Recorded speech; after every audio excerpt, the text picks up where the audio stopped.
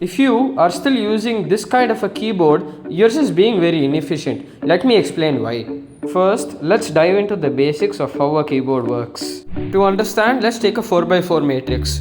Each key is powered separately with 5 volts and ground. When a key is pressed, the microcontroller scans the rows and columns and determines which key is pressed. Now, if you open this keyboard, this is what you get.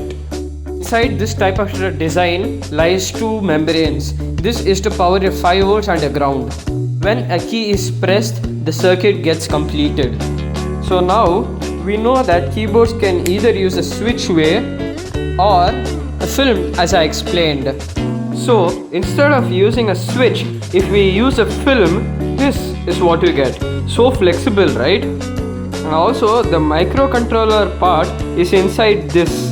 That is why you aren't able to bend this part, but you can bend this part so much you can make this into a roll and fit it in your bag. And that is how you can be extremely efficient.